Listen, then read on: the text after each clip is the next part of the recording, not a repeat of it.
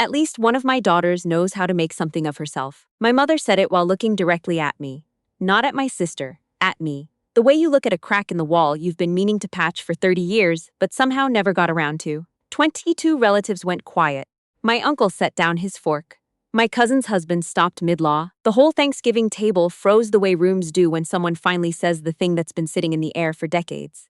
My mother smoothed her napkin across her lap, unhurried, comfortable in the silence she'd created. 38 years old, still renting, no ring, chasing around after other people's children like that's some kind of career. She reached over and squeezed my sister's hand. Meanwhile, Claire is closing on her second property next month. 2 daughters, 2 very different choices. 22 people laughed. Not nervous laughter, not uncomfortable laughter. The permission-granted kind that only happens when the person at the head of the table fires first and everyone else decides it's safer to aim in the same direction. I didn't move. I didn't reach for my water glass. I looked at my mother across the sweet potato casserole and the ceramic turkey centerpiece she'd put out every November since 1987, and I said one word: compass. The room went strange. My sister's husband, former Army Ranger, 3 tours, the kind of man who filled a doorframe without trying, set his wineglass down with a sound like a period at the end of a sentence. His face had changed. The easy Thanksgiving color drained out of it, replaced by something I hadn't seen on him before. He pushed his chair back slowly, stood up, and looked at me across the table with an expression that had nothing casual left in it. "That's what they called her?" His voice came out rough. He wasn't asking my mother. He wasn't asking the table. He was asking himself, like he was confirming something he'd half suspected and never thought to verify.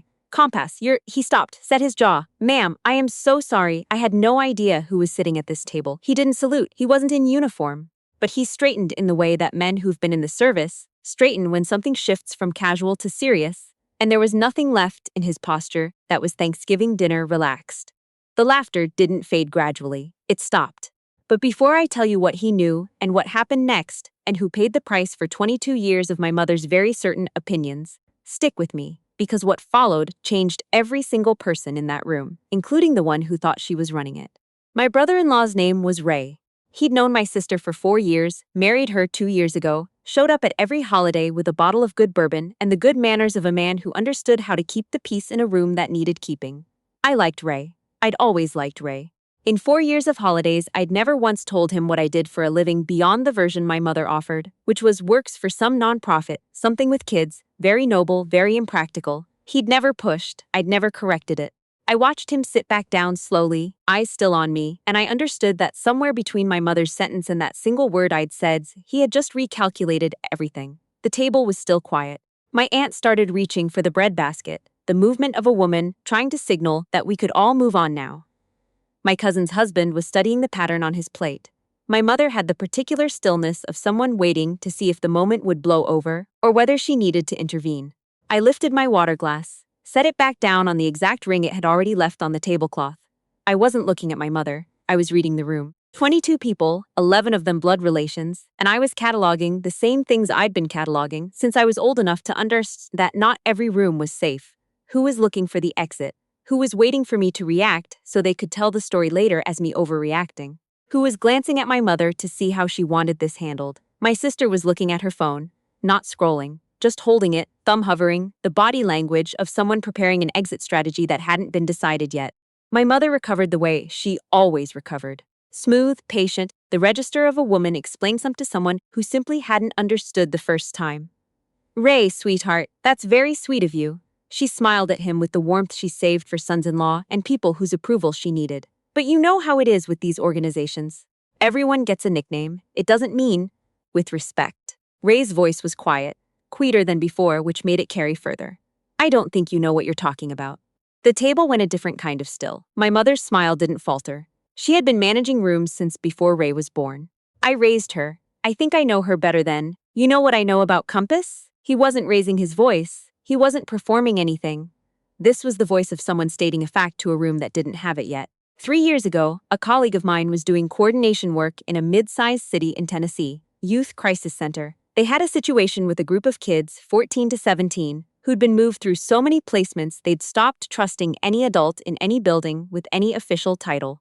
Completely closed off. Caseworkers couldn't get through, therapists couldn't get through. They were days from being split up and redistributed to facilities 2 states away. And somebody called in a consultant. No title on the business card, just a name. Well, A nickname. He looked at me. I looked back. Those kids didn't get separated, he said. 22 people had stopped pretending to eat. I don't know everything she did. My colleagues said she worked with them for 11 days. No salary negotiated in advance, no guarantee the placement would hold. She slept on a cot in the coordinator's office for the first week because she didn't want them to think she was leaving every night. He paused. 8 kids. All 8 stayed together. 3 of them are still in contact with her. My colleague told me this story at a conference last spring, and I remember thinking, whoever Compass is, I hope somebody in her life knows what she actually does. He looked at my mother when he said that last sentence. My mother's smile had gone somewhere I couldn't track. The bread basket sat untouched. I want to tell you that I felt triumphant in that moment. I want to say something clean and satisfying about justice, about years of being the wrong daughter finally coming back around.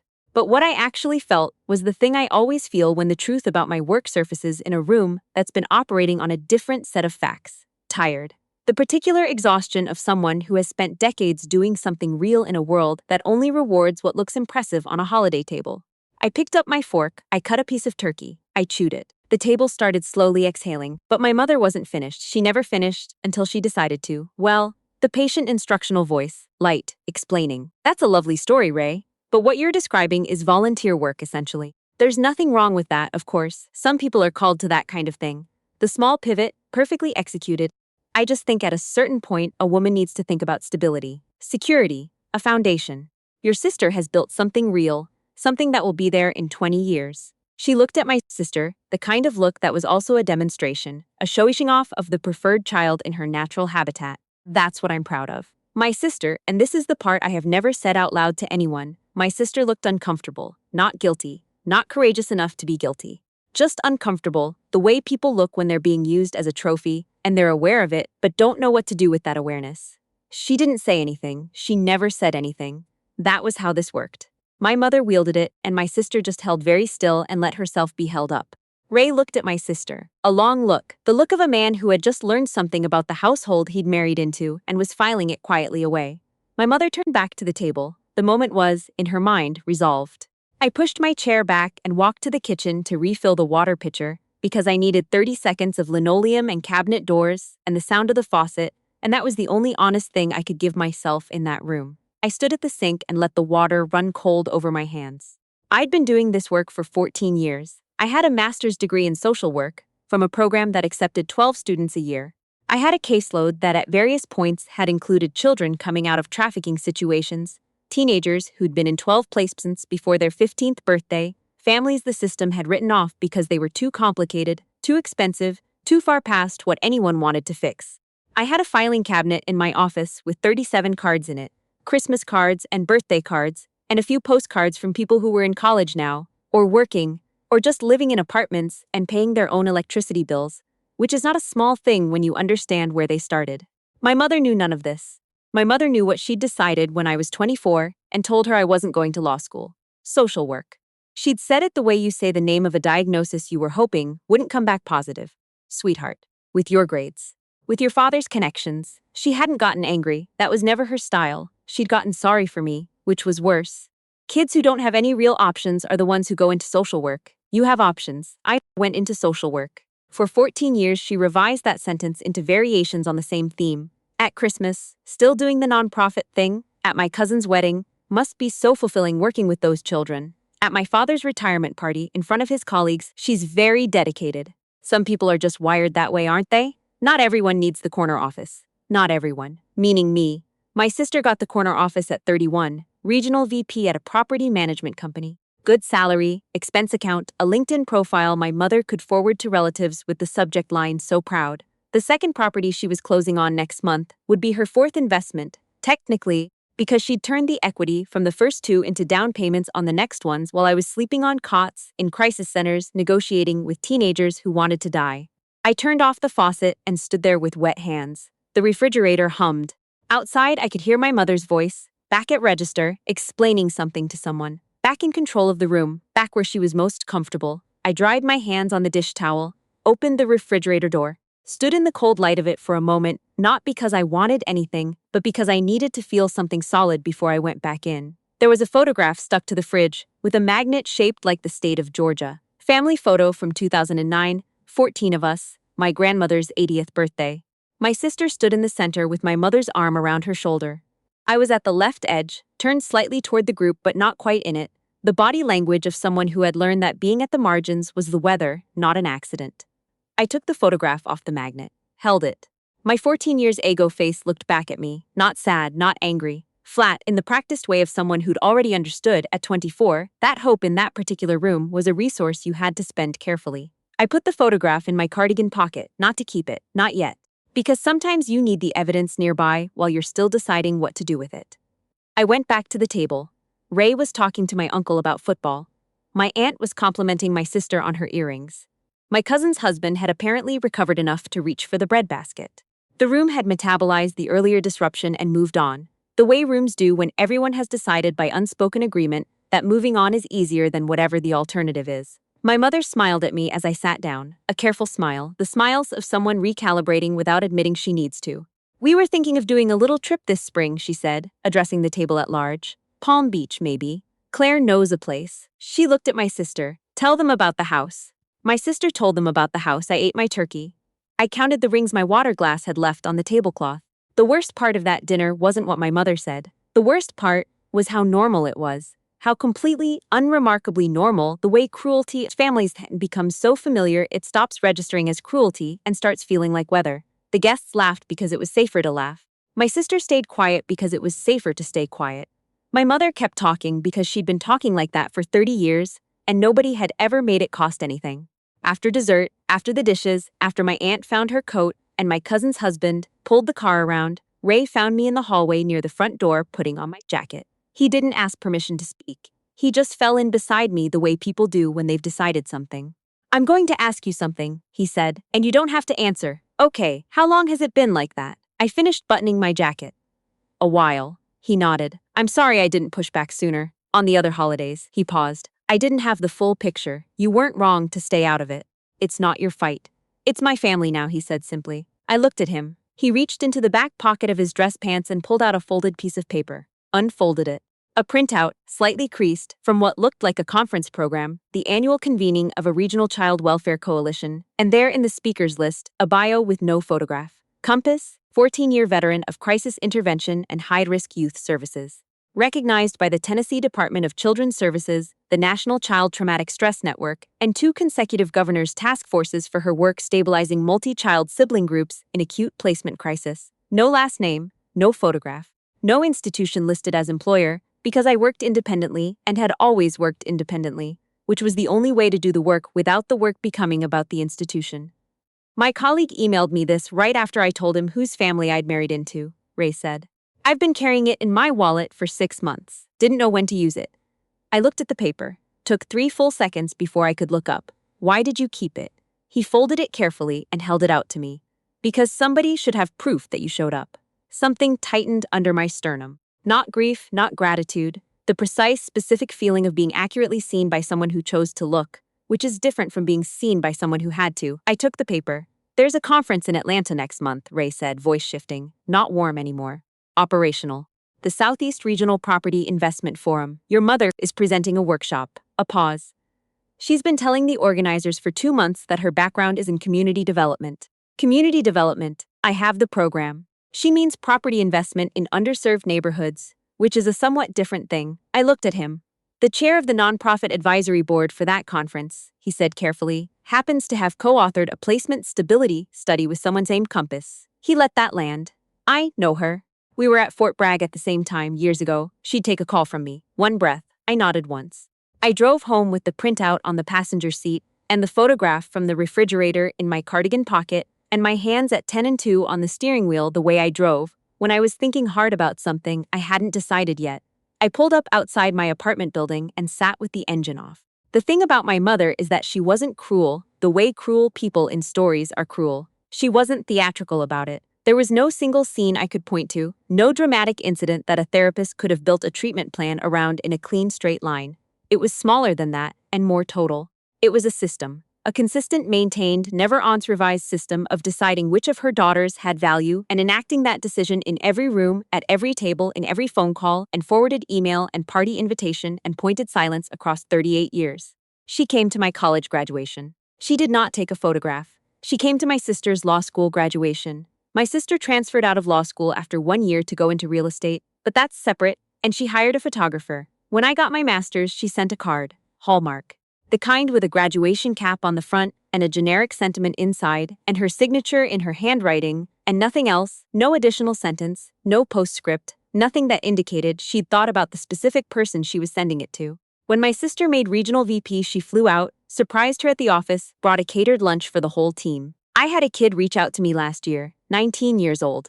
I'd worked his case when he was 12, back when he'd been in his 9th placement in 4 years and was communicating exclusively through property destruction and silence.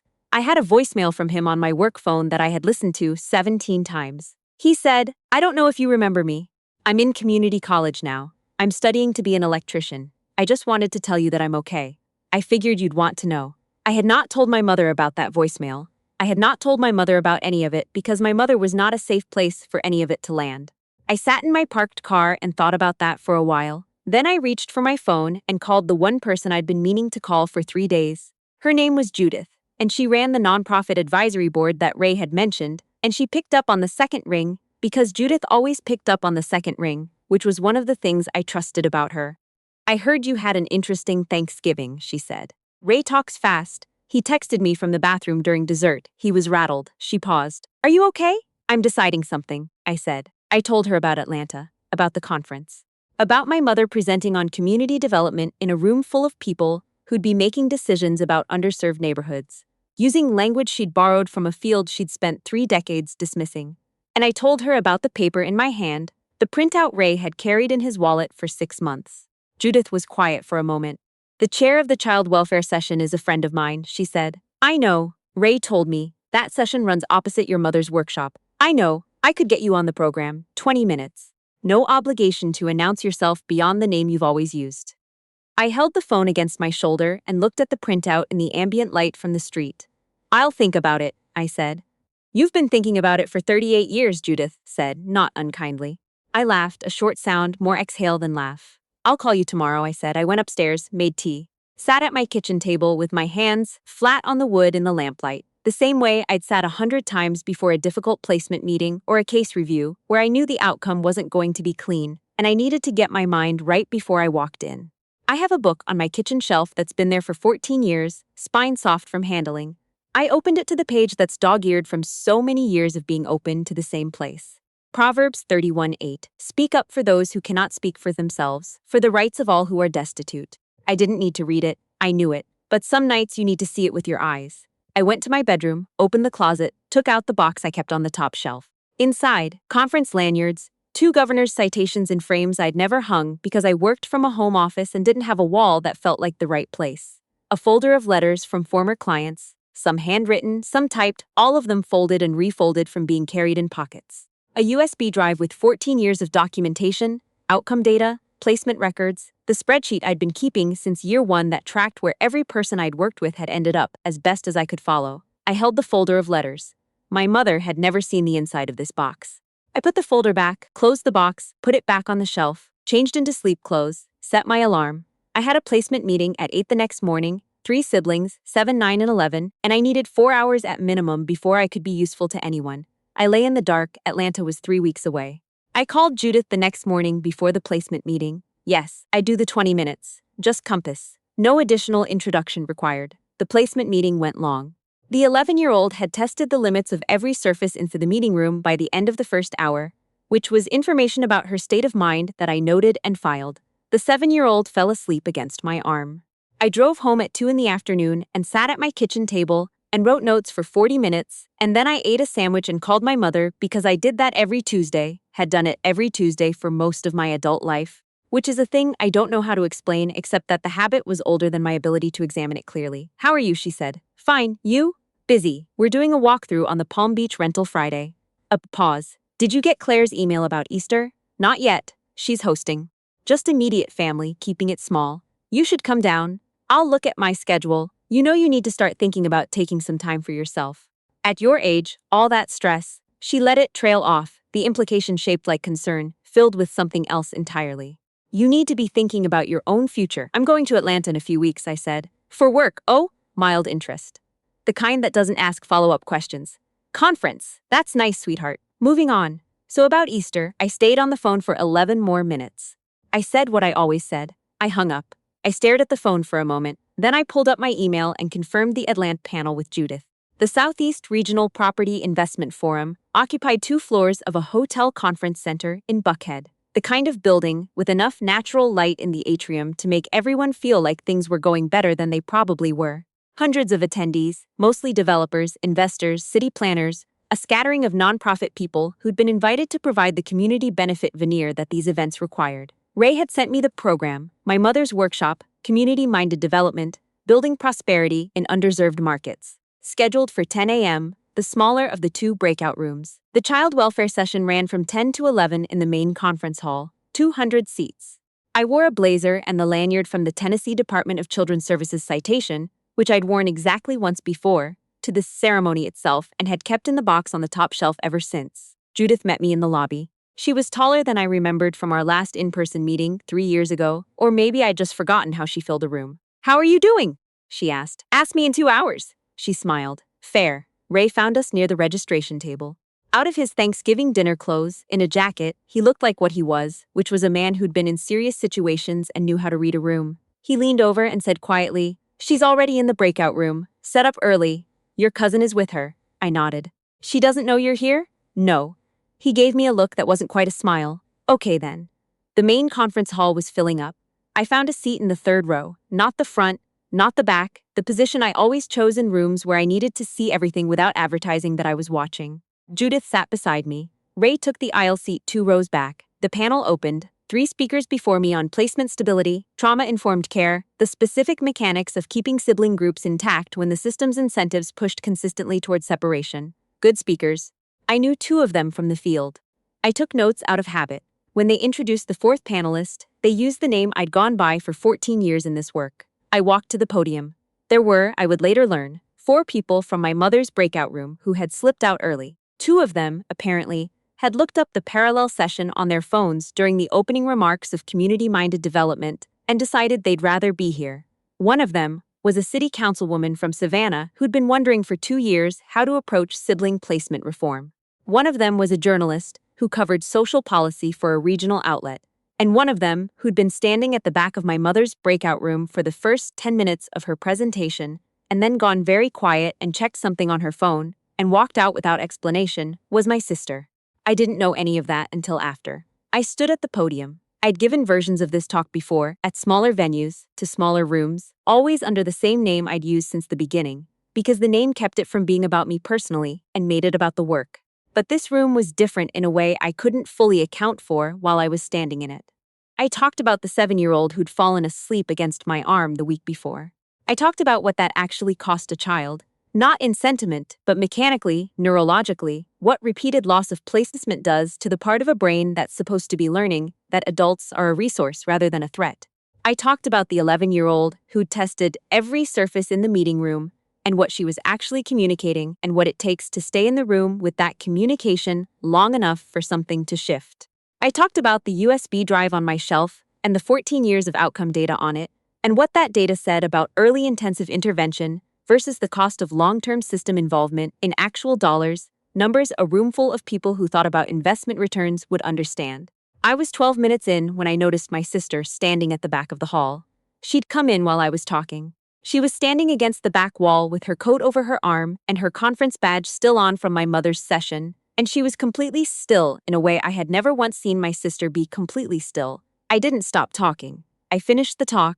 I took 2 questions from the audience. The councilwoman from Savannah was the second, a good question about legislative mechanisms, which I answered specifically and honestly, and then the session was done and people were standing, and the noise of a room reconstituting itself into smaller conversations filled the air. I stepped off the platform. Judith appeared at my elbow. 200 people in this room, she said quietly. Standing room only by the time you finished. I noticed. The councilwoman wants to schedule a follow-up call. I'll email her.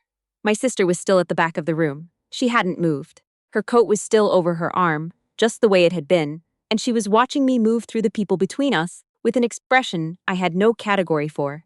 Not the practiced sympathy face from Thanksgiving, not the deliberate blankness of a woman holding still while her mother performed. Something I hadn't seen on her face since we were children, and she used to bring me her drawings to look at. before she understood that the drawings my mother praised were the ones about the future she'd already decided on. I walked toward her. She didn't speak first. How long has that been your name? She asked finally. Compass. In your work since the beginning. She looked at the floor. I didn't know any of it. You didn't ask. It came out flat rather than sharp, which I hadn't planned but which was honest. She hadn't asked. For 14 years, through every holiday and every phone call and every still doing the nonprofit thing, she hadn't asked. And I hadn't offered, because offering required a kind of vulnerability in that family that had never been safe to have. I didn't know you'd been recognized by 2 governors, she said. There's a lot you don't know. She looked up. Her eyes were red in a way that looked genuine rather than engineered, and I'd known her long enough to know the difference. I should have pushed back at Thanksgiving. When she said, she stopped. Try it again. I never push back. No, I said. You don't. She took a breath. I'm sorry. I looked at my sister, 36 years of standing next to each other in the wrong configuration in family photographs. 36 years of her holding still while my mother aimed at me, not because she was cruel, not exactly, but because she'd decided long ago that stillness was the only way to stay safe in that house. And the habit had calcified into a posture she couldn't feel anymore. I know, I said. We stood there for a moment.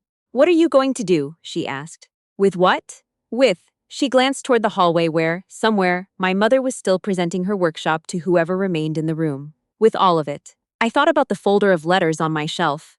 About the 19-year-old who left me a voicemail from community college. About the box on the top shelf with the governor's citations I'd never hung because I didn't have the right wall. Nothing dramatic, I said. I'm going to go back to work on Monday. I have a placement meeting. That's it? That's not nothing. I looked at her. That's the whole thing. She nodded slowly, something settling in her face that I hadn't seen there in a long time. 2 days later, back home, my mother called. Not on Tuesday. On a Thursday morning, which had not happened in the 12 years I'd been tracking our phone patterns. I heard you were at the Atlanta conference, she said. Not I didn't know you were going. Not why didn't you tell me. A statement of fact, delivered in a register I hadn't heard from her before. Stripped of the usual layers. Judith Chen's organization hosted the child welfare session. That's right. A long pause. The kind of pause I'd spent decades interpreting and had learned to let breathe without filling. How many people were in the room? She asked finally. About 200. Standing room by the end. Another pause. I've been thinking about what Ray said at Thanksgiving. Her voice was different. Not the patient instructional register, not the sorry for you tone. Something I couldn't name, which meant it was something new, and I'd thought I'd cataloged everything. I don't know what you do. Not really. I've said that word nonprofit for 14 years, and I don't actually know what it means for you specifically. I was quiet. I'm not asking you to explain it to me, she said. I understand I haven't. She stopped. Started again. I understand I haven't made it easy to tell me. It was the most honest sentence I'd heard her say in 38 years. I held the phone. No, I said. You haven't. She didn't apologize. I hadn't expected her to. What she did was more difficult and more interesting than an apology. She stayed on the line and didn't fill the silence with a redirect, didn't turn it toward Palm Beach or Easter or what my sister was doing. She just held the silence I'd created and let it be what it was. The conference went well, I said eventually. The councilwoman from Savannah wants to talk about legislation. That's important, my mother said. Yes. We stayed on the phone for a few more minutes. She asked for the first time in 14 years what a placement meeting was. I explained it. She listened without interrupting. She did not say anything that converted it back into a referendum on my life choices. When we hung up, I sat with the phone in my hand for a moment, not sure what to do with the feeling that had no name yet, the feeling of a thing that had been load-bearing in my chest, for decades shifting its weight slightly, not gone, not resolved, but no longer quite what it had been. My sister called that evening, not to discuss our mother, not to rehash Thanksgiving. She called and said she'd pulled up the Tennessee Department of Children's Services report online, the one that cited the Sibling Stabilization Program, and she'd read the whole thing, all 47 pages. And she had a question about the outcome metrics on page 23. It was the best question anyone had ever asked me about my work. I sat at my kitchen table and answered it for 40 minutes. Ray texted while we were still talking, told you. The conference was the right move. I set the phone down and looked at the window and the November dark outside it and the reflection of the lamplight on the glass. There's a thing that happens in this work, not often, but sometimes, when a kid who has never trusted anyone slowly, incrementally, over a period of months or sometimes years, begins to act like the world might be a place where they're allowed to exist. It doesn't announce itself. There's no single moment where you can say, there, that was the turn. It happens in the accumulation of small things. A question asked instead of a demand made, a door left open instead of tested against its frame, eye contact held a half second longer than before. I had spent 14 years learning to recognize that accumulation in other people. It occurred to me, sitting at my kitchen table in the lamplight, that I might need to learn to recognize it in myself. I wasn't sure where my mother and I would land. I wasn't sure my sister and I could fully excavate 36 years of the configuration we'd been placed in before we were old enough to choose our own positions in the frame. I wasn't sure about any of the things that people in movies about family reconciliation seem to be very certain about. But I knew the 11-year-old had a placement meeting Monday, and I needed to be ready for it. I knew the 7-year-old had learned my name last week and said it out loud twice at the end of the session, testing it the way children test things they're not sure are allowed to be real. I knew that on the shelf in my bedroom there was a box with 14 years of evidence inside it. Evidence that something had been happening all this time in the rooms my mother had never seen the inside of, and that the evidence was enough, had always been enough, even when no one else was looking. I went to bed. In the morning, I'd get up and go back to work and be exactly what I'd always been, which was the person who stayed in the room. That was the whole thing. That had always been the whole thing.